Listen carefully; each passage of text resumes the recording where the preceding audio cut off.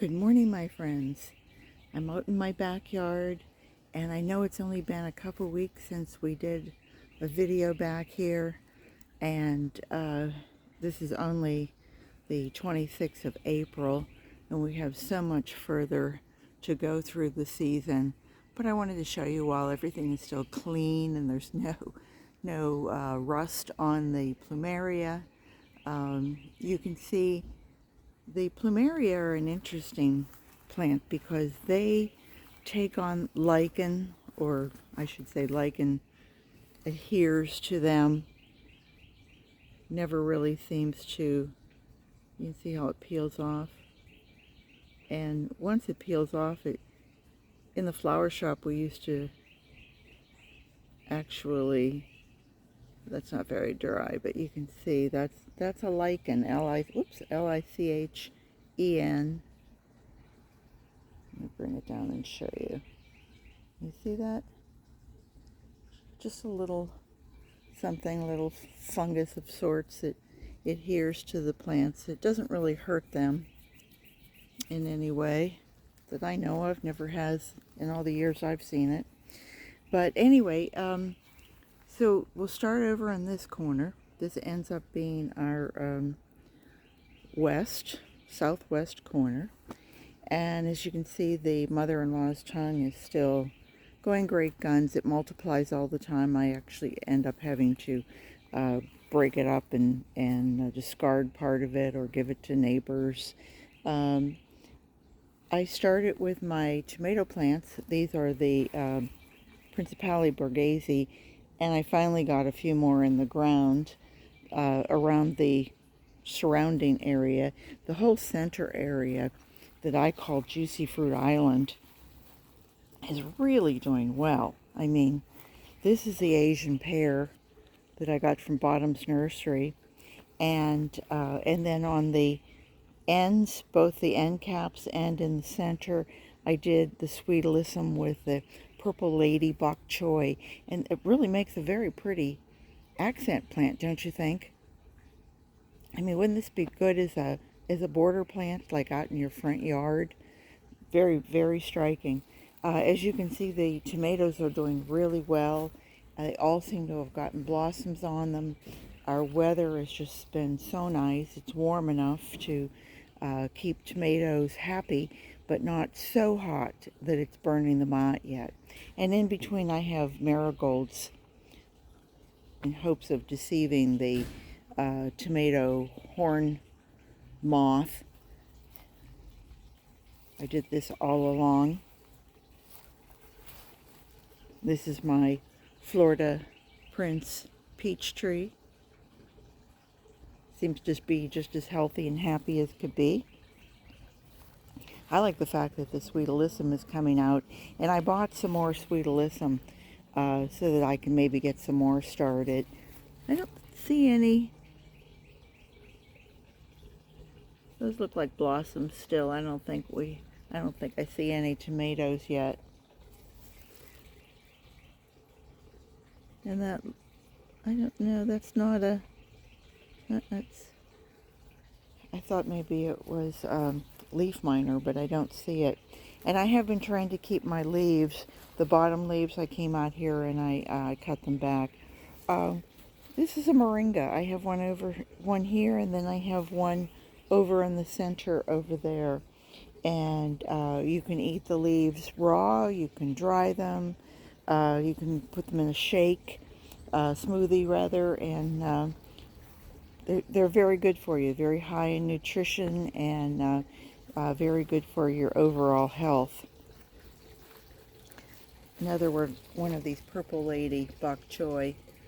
I really need to come out and harvest some. I can see somebody, I won't name names, but somebody who's a bug obviously likes it too. But I raise organic, so I'm probably not going to be spraying anything unless it's neem oil. And then here is the other Asian pear, the one that Bottom's Nursery sent to replace the one that didn't leaf out at all. And it came, this one came, it hadn't quite girdled the pot as much, and I think that was a great help. And so I really teased the roots apart and laid them out into a trench. I dug a trench for it, and then put the diffuse root, the diffuse root in the trench, and then the taproot I dug down as far as I could and inserted it. And so, fingers crossed, I'm hoping that works. So we'll start back here. The tea plants, that's TI, also known as a cordylan, have seemed to be recovering from our February freezes. Down below I have peace lilies, spathiphyllum, and you can see they're just starting to bloom and they look pretty healthy. And I tried to clean everything out from the freeze. It looked pretty bad. And then I also took some of my Amaryllis bulbs that I had in a box. And, I bring them up in the fall and clean them off and let them go ahead and rest for the winter. And then I forget about them. So anyway, I just remembered them, and you can see that I've planted, this one just finished blooming. And I took the tops off. But you can see I have 1, 2, that one's got a bloom head on it. Here's another one with a bloom head. And believe it or not, that's one with a bloom head also, as tiny as it is. Sometimes they send out a bloom head versus leaves. More Plumeria, all looking very happy and healthy. There's no rust on it at this point. Let me get a run so you can see. I don't see any rust on it. Rust is a fungus. It seems to really be very prevalent here in Florida. Why do I always forget the name of that? Oh, Staghorn Fern. I had a neighbor gave that to me, and it had one little piece of staghorn at the bottom, and he said, oh, feed it a banana now and coffee, and I did, and I haven't fed it for about 3 years, and it takes over that corner. It's about the only place safe enough to keep it, because it probably weighs about 35-40 pounds, and that's the only corner of my yard that's really shaded for it. So that's where it'll stay until I find a home for it. More tomatoes, caladiums, and I came out to this surprise yesterday morning, is that this is the first Plumeria of the season. Isn't she pretty? And her little friends. But I wanted to show you that this is what a Plumeria blossom looks like. It comes up and it has all these different little individual pieces that come out. And once this one comes off, then the ones behind it will also bloom. Let's see if I have any more. I don't see any more heads. But this is what it looks like to begin with. And you can see it's going to have like a branch there and possibly a branch there where they will divide. I'm heavy in Plumeria. More Amaryllis that I just dotted around.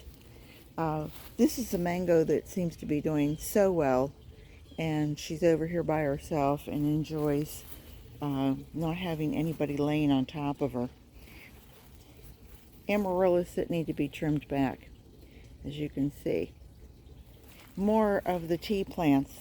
These I cut off straight off. There was nothing left on them. And you can see they're coming back looking very nice and healthy. Amaryllis. Marigolds. I've planted marigolds throughout the backyard this year in hopes of keeping mosquitoes away and keeping any bug problems. Crepe Myrtle. As you can see, Crepe Myrtle also seems to be something that's attracted, the lichen is attracted to the bark. Brazilian spinach. A friend gave me just one little start of it, and it seems like it's a great ground cover here for me. And so I have some here and I have some down here, was the original patch. And so I have planned on, instead of eating it, just using it as a ground cover.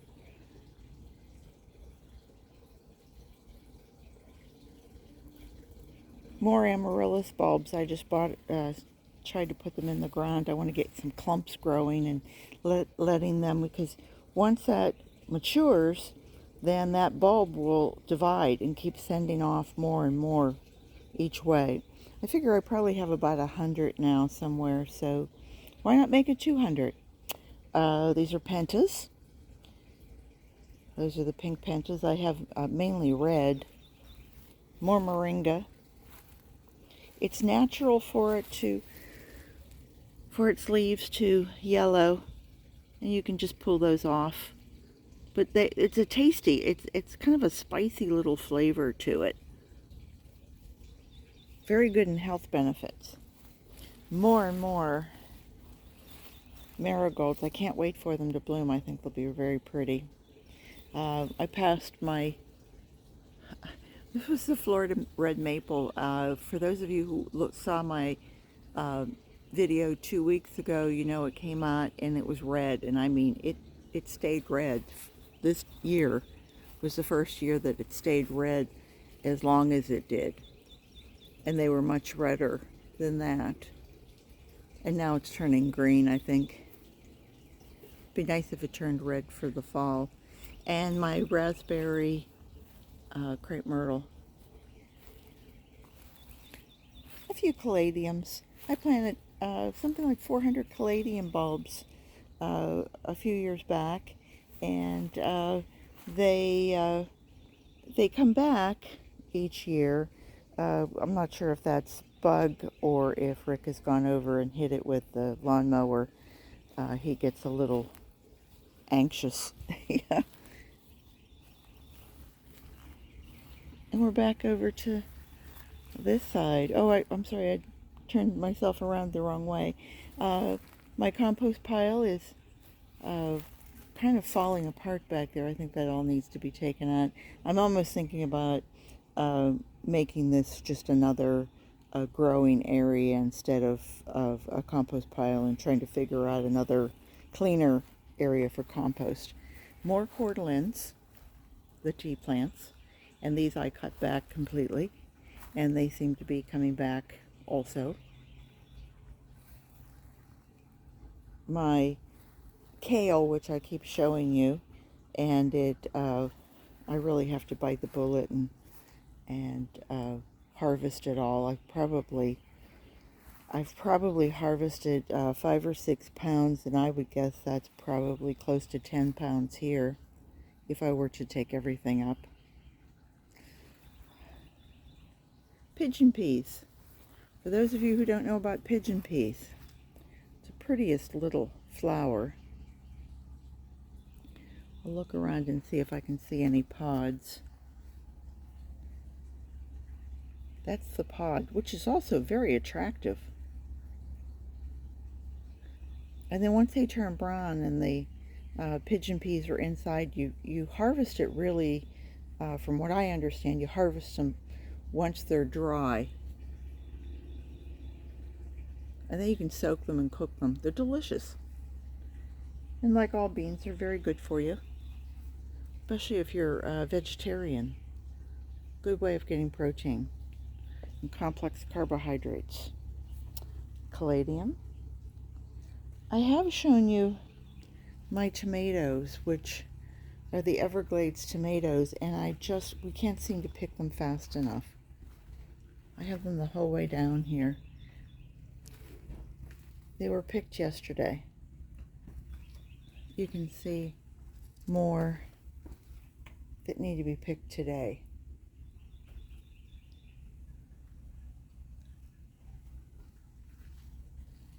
I'm quite surprised at the birds. don't peck at them because they are so juicy and sweet. I told you about my other this is a little composter that a neighbor was throwing away, and it's just I don't know what it was supposed to be, if it was supposed to be a pot or a fire pit or whatever, but it was in their trash, and they were, said take it. So I did, and I have this with grass clippings and shredded cardboard, and see, did I add anything else to it? I'm trying to remember. I think I added, I had some vegetables that were like broccoli and cauliflower, things that I really didn't want to have in the inside worm bin because of the odor. So I put it out here and just dug it in, and it wasn't a whole lot, but anyway, we'll see how it works. More pentas are blooming back here, and these are all volunteers. They just keep coming back again and again. And what I do is when my husband cuts the grass, I lay down cardboard, and then I put the grass clippings on top of it, and it keeps the weeds down. Certainly better than being back there on my hands and knees and weeding.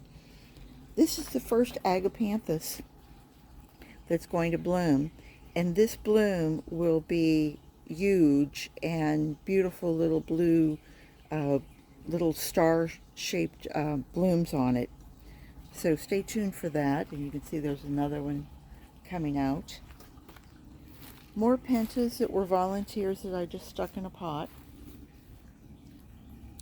Hibiscus is coming out pretty clean this year. Rick sprayed it last week with neem oil in hopes of keeping the aphids at bay.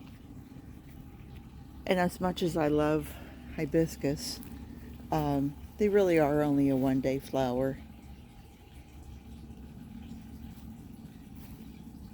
But I don't see any aphids on it, so that makes me happy. My onions have been real stars. I'm enjoying coming out here and grabbing just a few onions. These are the green onions. If I cut them back so they were a little bit shorter, and I used those, but here, let me just harvest one. It's just a nice size onion. And then the ones on each side here are the ones that are supposed to bulb, and I'm really not sure. I need to maybe come and cut them back so that they have put their strength into the bulb versus into the greens. I planted a few sweet potato vines on each side, and also some peas, and I'm hoping that they will take off. These, by the way, are volunteers. This is the multicolored Chinese spinach that I had growing here before, and once you put the spinach in, it will flower very quickly, and you'll have it again and again. So it's one of those vegetables seed packets that you only need to buy once. More Agapanthus. Isn't it interesting that the one over on the other side that I just walked you by sends its shoots up early, and these guys will be another few weeks, as is this one. This is the one that you watched last year. Oh, look. Now, it's calling me a liar. Here's the first one coming up, and this will just be covered in blooms. Oh wait, call me a liar again. You see another one coming out? You see any more? You are going to be so pretty, girl. I'm excited. I love when Agapanthus come, and I can cut some. They're so plentiful that I'll cut some and bring them in the house. And of course, I've walked you by this before as my Japanese giant mustard greens. And I mean, we're going crazy now eating these, trying to keep up with the growth. Isn't it funny? You know, it's like anticipation. Oh, can't wait for it to get there. Realization, it's here, and oh my goodness, now what are we going to do with it? We have so much. Oh my. And then reflection. Oh, gee, wasn't it good? Boy, I wish we had some left. Yeah. And so basically, I used to have an old uncle who said those were the three parts of life. It was anticipation, realization, and reflection. And so I'll pretty much stop it there. One more hibiscus. That was it. And you guys have seen my fountain. It's time for Rick to come out and clean it again. And not too much else going on out here. Uh, I'll leave you with this pretty Plumeria that I'm going to probably pick and bring in the house because, oh, the first one is always the best. And I like to leave those for Rick. Anyway, garden what you've got. I hope you guys will subscribe and ring the bell. And I promise to come back and see you soon. Take care. Bye-bye.